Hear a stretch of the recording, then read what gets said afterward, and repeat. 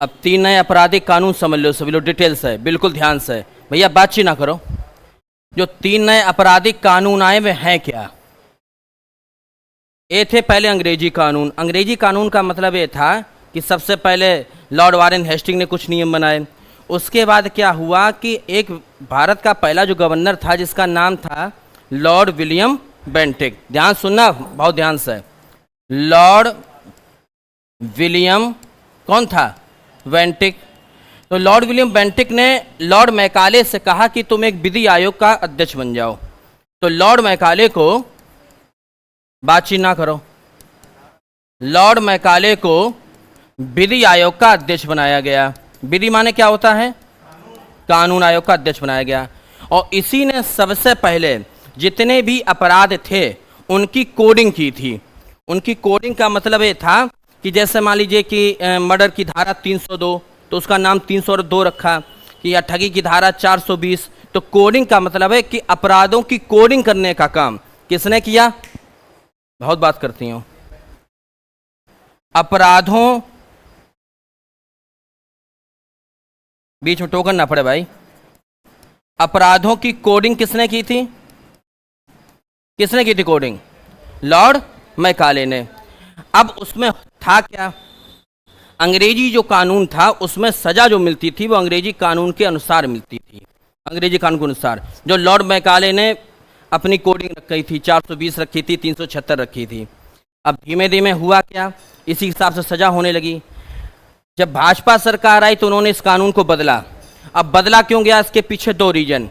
पहले कानून ये कहता था कि पहले उनका मतलब था सजा देना। पहले जो कानून बना था उसका अर्थ क्या था? सजा देना। अब जो भारतीय न्याय संहिता नई बनी है उसका मतलब है न्याय देना। समझे? नहीं समझ पाए? पहले अंग्रेजी कानून जो था जिसके तहत सजा दी जाती थी उसमें उसका अर्थ था कि लोगों को सजा देना, और इसमें क्या था? लोगों को न्याय देना। 2023 में ये बिल आया, पारित हुआ, और पारित होने के बाद नाम बदले गए। 3 आपराधिक कानून हैं, तीनों के नाम बदले गए। पहला कानून जो था जिसको हम लोग पहले बोलते थे भारतीय दंड संहिता आईपीसी, पहले नाम क्या था? भारतीय, नोट करते जाओ, दंड संहिता आईपीसी, बातचीत ना करो, आईपीसी। ये 1860 में लागू हुई थी। पहले इसका नाम था भारतीय दंड संहिता आईपीसी, इंग्लिश में बोलते हैं इंडियन पीनल कोड। बहुत सही, इंडियन पीनल कोड।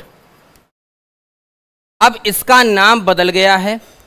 अब कोई भी मुकदमा आईपीसी की धारा 420, आईपीसी की धारा 302 ऐसे लिख के आता था, ऐसा लिख के नहीं आएगा। अब इसका नाम बदलकर हो गया है भारतीय न्याय संहिता। और भारतीय न्याय संहिता को शॉर्टकट में बोलेंगे BNS, भारतीय न्याय का एन और संहिता का एस, BNS 2023। ठीक, पूरे देश में कानून 1 जुलाई 2024 को लागू हुआ। ठीक, अब अंतर क्या है? अंतर यह है कि भारतीय दंड संहिता में आईपीसी में पहले दंड दिया जाता था, लेकिन अब क्या दिया जाएगा? पीड़ित पक्ष को भी न्याय मिलेगा, उस पक्ष को भी न्याय मिलेगा, यानी दोनों पक्षों को न्याय देना हमारा उद्देश्य है। अब ये समझिए, जो आईपीसी है जिसको हम बोलते हैं भारतीय दंड संहिता, इसमें लिखा क्या है? इसमें हर जो केस है उसकी वो लिखी है धारा। ठीक है, और कौन से केस में कौन सी धारा लगेगी इसका पूरा वर्णन किस में मिलेगा? आईपीसी। जैसे तुमने चोरी की तो चोरी की क्या धारा है, चोरी किस प्रकार की है, तो जितने भी केस हैं, जो भी कृत्य हैं, उन कृत्यों का कौन सी कोडिंग दी जाएगी, कौन सी धारा लगेगी, उसका वर्णन है आईपीसी में। इस कानून का नाम बदला। दूसरा कानून लिखो, इसको बोलते थे पहले दंड प्रक्रिया संहिता, दंड प्रक्रिया संहिता। ठीक, इंग्लिश में बोलते थे CRPC। क्या बोलते थे? CRPC का मतलब होता है क्रिमिनल प्रोसीजर कोड। पहले बोलते थे क्रिमिनल प्रोसीजर कोड। दंड प्रक्रिया संहिता में इस लिखा है कि किस व्यक्ति को कितनी सजा दी जाएगी और कैसे सजा दी जाएगी, यानी इसमें सजा का वर्णन है, समझ गए। और इसमें किसका वर्णन है, इसमें जैसे तुमने चोरी की तो चोरी की सजा क्या होगी, चोरी का प्रकार क्या था, और इसमें मुकदमा चलेगा, सीआरपीसी के द्वारा मुकदमा चलता है, मुकदमा चलने के दौरान तुमको कैसे सजा पड़ेगी इसका वर्णन है।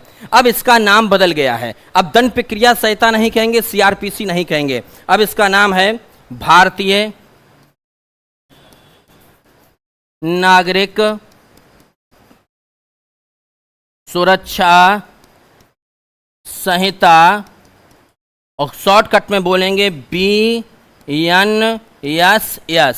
अब क्या बोलेंगे, BNSS, भारतीय नागरिक सुरक्षा संहिता। अब इसका नाम बदल चुका है, ठीक, हटा दें, ठीक, आराम से नोट कर लो खूब तसल्ली से, कोई गड़बड़ी मत करना क्योंकि 100% इंपॉर्टेंट है। यानी ये ध्यान रखना, भारतीय दंड संहिता आईपीसी में लिखा है कि कौन से अपराध माने जाएंगे और कौन से अपराध नहीं माने जाएंगे, ठीक, और समझ गए भाई। और इसमें आपको उन अपराधों के लिए कैसे सजा दी जाएगी इसका वर्णन है। नंबर 3 पर आते, 2 कानून बदल गए। नंबर 3 पर आते हैं, पहले नाम था भारतीय साक्ष्य अधिनियम, नोट करो मोहित, भारतीय साक्ष्य अधिनियम, भारतीय साक्ष्य अधिनियम जो कि 1872 में लागू हुआ था, इंग्लिश में बोलते थे Indian evidence act, Indian evidence act. यानी इसमें पहले क्या होता था कि कौन कौन सी चीज़ों को सबूत माना जाएगा और कौन कौन सी चीज़ों को सबूत नहीं माना जाएगा, ठीक है। यानी इंडियन एविडेंस एक्ट में जो अपराध हैं उनके सबूतों का वर्णन है। अब इसका नाम बदल दिया गया है, अब इसका नाम रख दिया गया है भारतीय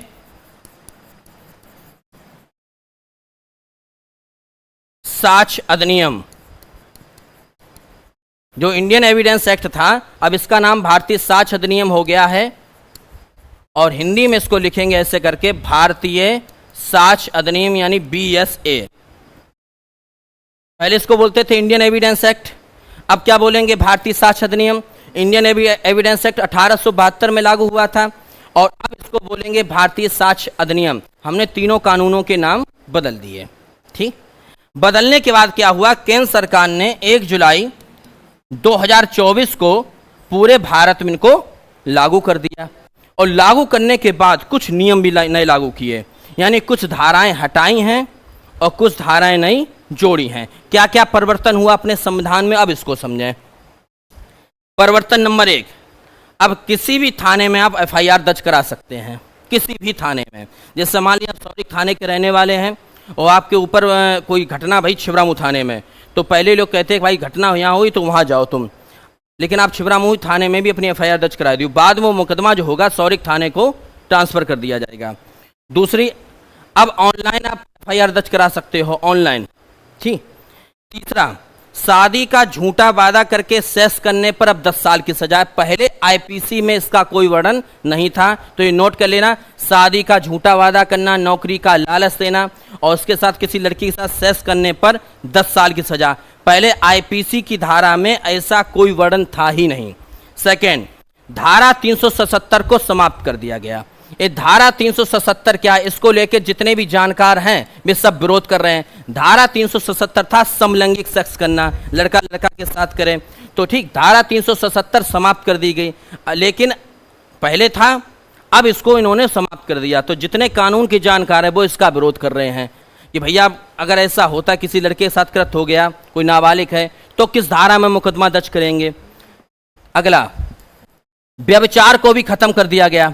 व्यभिचार का मतलब है कि कोई व्यक्ति शादीशुदा है, कोई व्यक्ति शादीशुदा है और उसका किसी अदर लड़की के साथ अफेयर है, तो वो अपराध की श्रेणी में अब नहीं आएगा। ये चीजें परिवर्तन हुई। और क्या क्या परिवर्तन हुआ सुन लो जरा। अगला, आईपीसी में जो पहले इंडियन पीनल कोड था, आईपीसी में आतंकवाद को लेकर कोई स्पष्ट वर्णन नहीं था। आतंकवाद की कोई परिभाषा नहीं दी गई थी। लेकिन भारत में भारतीय न्याय संहिता जो 2023 में आई है, उसमें उन्होंने आतंकवाद के लिए पूरा अलग से कोडिंग की है। उन्होंने बताया कि आतंकवाद की श्रेणी में कौन कौन आएंगे, जो भारत की एकता, अखंडता, सुरक्षा से खिलवाड़ करेगा वो आतंकवाद की सूची में आएगा। ठीक, या देश के बाहर कोई हमला करता है या उसके दूतावास पर हमला करता है, नकली नोट छापना, ये सब आतंकवाद में आएगा और आतंकवाद को परिभाषित कर दिया गया। पहले एक धारा लगती थी राजद्रोह। राजद्रोह, केंद्र सरकार ने राजद्रोह को समाप्त कर दिया है और इसकी जगह पर देशद्रोह शब्द यूज होगा। राजद्रोह की जगह पर क्या यूज होगा भैया? देशद्रोह यूज होगा। अब राजद्रोह की वजह देशद्रोह क्यों किया गया? राजद्रोह उसको बोलते थे क्योंकि पहले राजा थे, तो राजा के खिलाफ अगर तुम कुछ बोलोगे तो अंग्रेज राजद्रोह लगाते थे।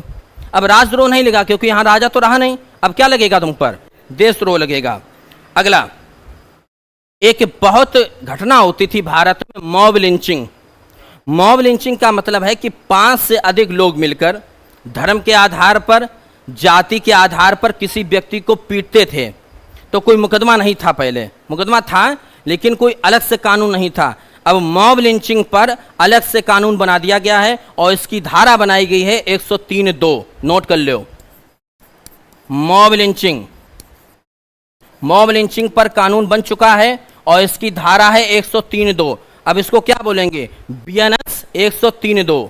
यानी 5 से अधिक व्यक्ति किसी भी व्यक्ति को पीटकर उसकी हत्या कर देते हैं तो BNS यानी भारतीय न्याय संहिता 103(2) की धारा के तहत उस पर मुकदमा दर्ज होगा और मौत तक की सजा है। ठीक, आगे सुनो भैया। एक नियम और बदल गया है कि जो 20 व्यक्ति को पहले मौत की सजा होती थी, तो जो मौत की सजा होती थी तो क्या करता था? क्षमादान याचिका डालता था। अब वो क्षमादान याचिका वो व्यक्ति भी डाल सकता था या कोई NGO जो लोगों को बचाने का काम करती थी या उसके परिवार के व्यक्ति डाल सकते थे। लेकिन केंद्र सरकार ने नियम कानून खत्म कर दिया है। अब क्या होगा कि मौत की सजा पाया व्यक्ति खुद ही अपनी दया याचिका डाल सकता है, क्षमादान याचिका डाल सकता है। कोई भी NGO, कोई परिवार का व्यक्ति या कोई सोसाइटी उसकी क्षमादान याचिका नहीं डाल सकता है। ठीक, क्लियर है भैया? आगे सुनो, आगे और परिवर्तन ये है, एक पेज और होगा, एक पेज और है, देखियो। अब आगे और सुन लो, एक PDF है, उस PDF के माध्यम से पूरा समझ लो नया कानून।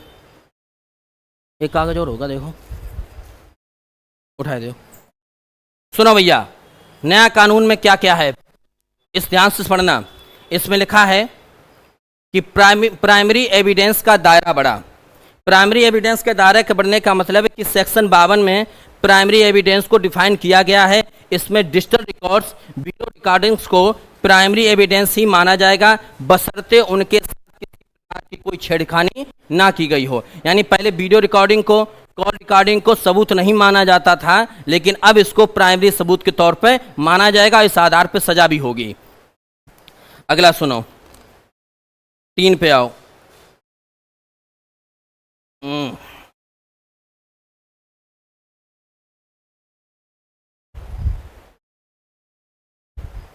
एक सेकेंड, बोर्ड हैंग कर रोका, आराम से पढ़ लो, कोई दिक्कत नहीं।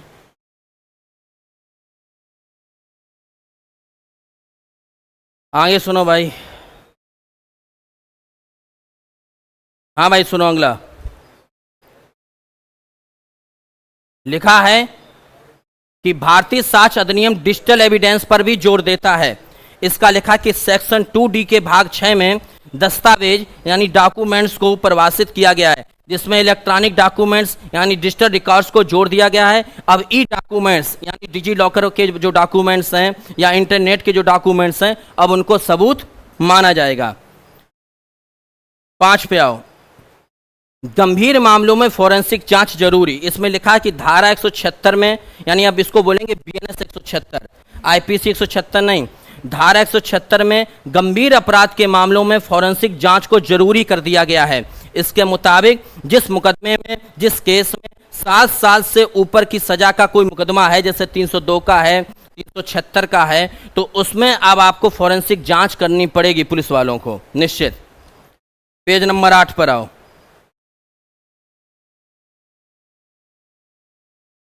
8 पर ये लिखा है, किसी भी पुलिस स्टेशन पर दर्ज करा सकेंगे एफआईआर।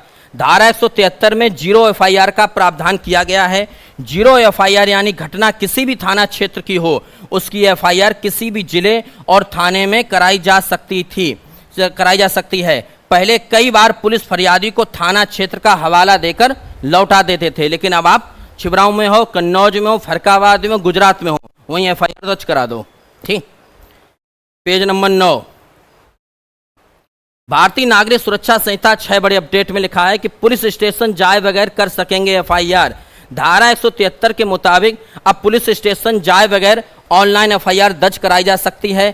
पहले कुछ राज्यों में चोरी जैसे अपराधों में ई एफआईआर यानी इंटरनेट द्वारा एफआईआर दर्ज कराई जा सकती थी, लेकिन अब देश भर में हत्या, लूट, रेप जैसे गंभीर मामलों में भी ई एफआईआर दर्ज हो सकती है। Page number 10। पहली बार क्रिमिनल कानूनों में आतंकवाद शामिल। अब सुनना ध्यान से, आतंकवाद को क्रिमिनल कानूनों में शामिल कर लिया गया है। बीएनएस की धारा 113 में, किसमें? 113 में आतंकवाद और आतंकी गतिविधियों को परिभाषित किया गया है। दोषी पाए जाने पर आरोपी को फांसी और उम्र कैद की सजा हो सकती थी। पहले क्या था?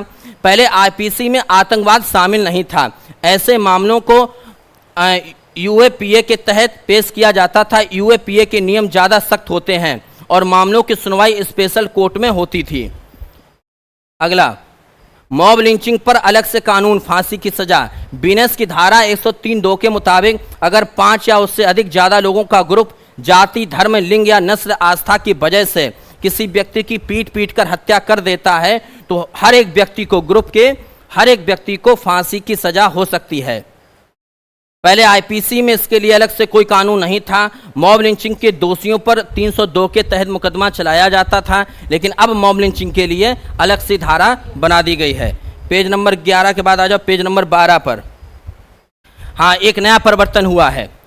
भारतीय न्याय संहिता में छोटे अपराधों में अब कम्युनिटी सर्विस, छोटे अपराध ऐसे हैं कि जिसमें 500 रुपए की चोरी कर ली, किसी के थप्पड़ मार दिया, तो कोर्ट अब तुमको जेल नहीं भेजेगा, तुमसे सामाजिक सेवा करा के जाओ, 6 पेड़ लगा के आओ, 6 महीने किसी अस्पताल में काम करो, ये लिखा हुआ है, जरा सुनिए। धारा 4 में कम्युनिटी सर्विस का जिक्र है। कम्युनिटी सर्विस यानी वो काम जिससे कम्युनिटी को लाभ हो, कम्युनिटी माने समुदाय को लाभ हो। अब छोटे मोटे अपराध के लिए कोर्ट जेल भेजने के बजाय कम्युनिटी सर्विस की सजा दे सकती है। हालांकि इसमें क्या क्या करने होंगे ये अभी स्पष्ट नहीं है। आईपीसी यानी पुराना कानून था, इसमें कम्युनिटी सर्विस का कोई जिक्र नहीं था।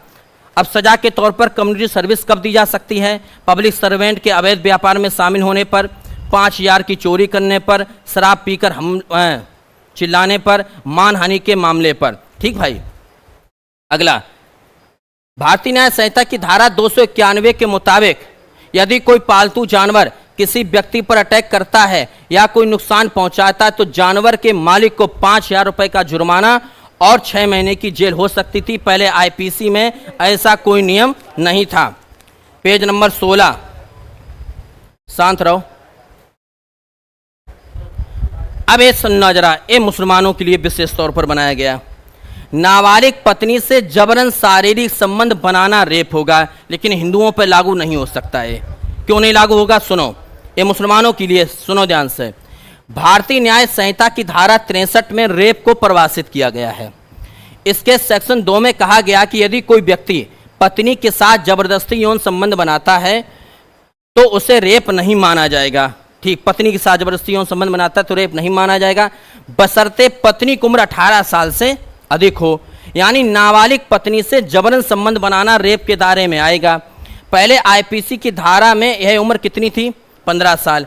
अब ये मुसलमानों के लिए क्यों है? क्योंकि मुसलमानों में जो मुस्लिम पर्सनल लॉ बोर्ड का कानून है उसमें 18 साल से कम उम्र की लड़की की शादी हो सकती है, लेकिन हिंदू जो कानून है उसमें शादी नहीं हो सकती है। तो रेप का मुकदमा मुसलमानों के ऊपर चल सकता है। ये लिखा है, देश में लड़कियों की शादी की कानूनी उम्र 18 साल है, लेकिन मुस्लिम पर्सनल लॉ में 18 साल से कम उम्र में शादी की इजाजत है, और अगर ऐसा कोई व्यक्ति करता है तो उसके ऊपर मुकदमा हो जाएगा।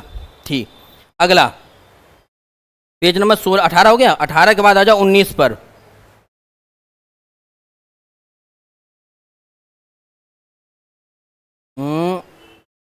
हाँ 18 आ जाओ भाई। सुनो, भारतीय न्याय संहिता में अडल्ट्री को हटा दिया गया है। अडल्ट्री का मतलब है कोई व्यक्ति अगर शादीशुदा है, उसका किसी अदर व्यक्ति से अफेयर है, लड़की से, तो उसको अब अपराध नहीं माना जाएगा। क्लियर है भैया? लेकिन सहमति, रोहित के लिए आराम है।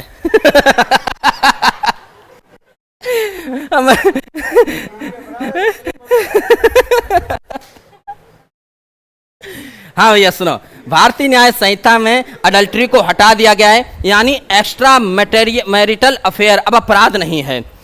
लेकिन इसका ऐसा रीजन सुन लो, साल 2018 में Joseph Shine versus union of India case में सुप्रीम कोर्ट ने आईपीसी की धारा 497 को असंवैधानिक करार दिया है। इस धारा में अडल्ट्री के नियमों को बताया गया था। भारतीय न्याय संहिता की धारा 84 के तहत किसी शादीशुदा महिला को धमकाकर, फुसलाकर उससे अवैध संबंध बनाने के इरादे से ले जाना अब भी अपराध माना गया है। लेकिन अडल्ट्री कर रहे हो तो उसको अपराध नहीं माना जाएगा। 20 पे आ जाओ। नाबालिग से गैंग रेप में फांसी की सजा, आप कहोगे पहले भी होती थी, नहीं कि नहीं, बदल गया है। नाबालिग के साथ गैंग रेप या गैंग रेप की कोशिश करने पर भारतीय न्याय संहिता में धारा 70(2) के तहत अपराधों में शामिल हर एक व्यक्ति को फांसी की सजा हो सकती है। वहीं धारा 70(1) के तहत किसी वयस्क महिला के साथ गैंग रेप के अपराध में भी उम्र कैद और कम से कम 20 साल की सजा हो सकती है। नाबालिग लड़की से गैंग रेप है तो फांसी की हर ग्रुप को, और लड़की नाबालिग नहीं उससे गैंग रेप है तो उम्र कैद या अधिकतम 20 साल की सजा है। आगे सुनो क्या लिखा है, अंतर क्या रहा। पहले आईपीसी की धारा 376 डी और बी में 12 साल से कम उम्र तक की नाबालिग से गैंग रेप करने पर फांसी की सजा थी, और 12 साल से ऊपर की युवती से गैंग रेप पर अधिकतम उम्र कैद की सजा हो सकती थी। अब 18 साल से कम की लड़की तब भी गैंग रेप थी। अगला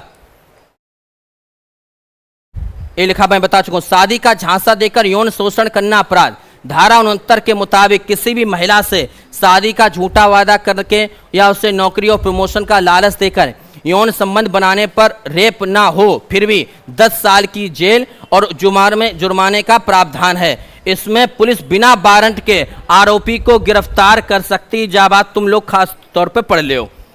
आईपीसी में इससे निपटने के लिए पहले कोई स्पष्ट कानून नहीं था। इसके चलते कोर्ट आईपीसी की धारा 493 के तहत मुकदमा दर्ज करती थी, लेकिन अब इसके लिए स्पष्ट कानून बना दिया गया है। अब आगे सुनो, धारा 377 समाप्त। मैंने लिखा है कि जबरन अप्राकृतिक संबंध बनाना अब गैर कानूनी नहीं। ठीक, आगे सुनो, अब कुछ धाराओं के नाम बदले गए। पहले मर्डर को क्या बोलते थे, 302, अब क्या बोलेंगे, 101। धोखाधड़ी पहले क्या कहलाती थी, अब धारा का नाम गैंग रेप। रेप की धारा, रेप अलग है 375, अब गैंग रेप 376 डी, अब 70। गैर कानूनी संवाद धारा 144 इसको बोलते थे, 187 से 189। दंगा 146 को 191।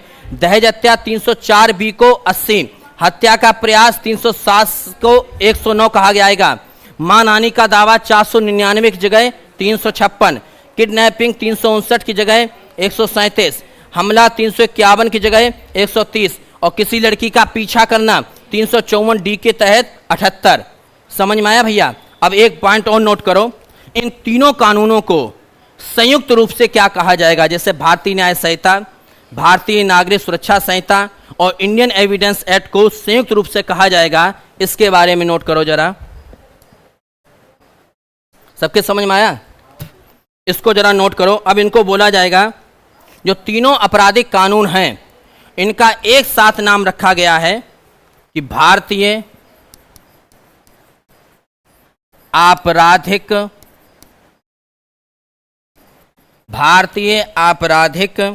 कानून संहिता। यानी जो तीनों कानून हैं इनका नाम एक साथ कर दिया गया है भारतीय आपराधिक कानून संहिता, यानी इसको बोलेंगे BCLC, भारतीय आपराधिक कानून संहिता। आगे सुनो, कोई पीड़ित बच्चा है, कोई पीड़ित महिला है जिसके साथ रेप हुआ, कुछ हुआ, तो उसका अब निःशुल्क उपचार होगा, कोई पैसा नहीं लगेगा। क्लियर है?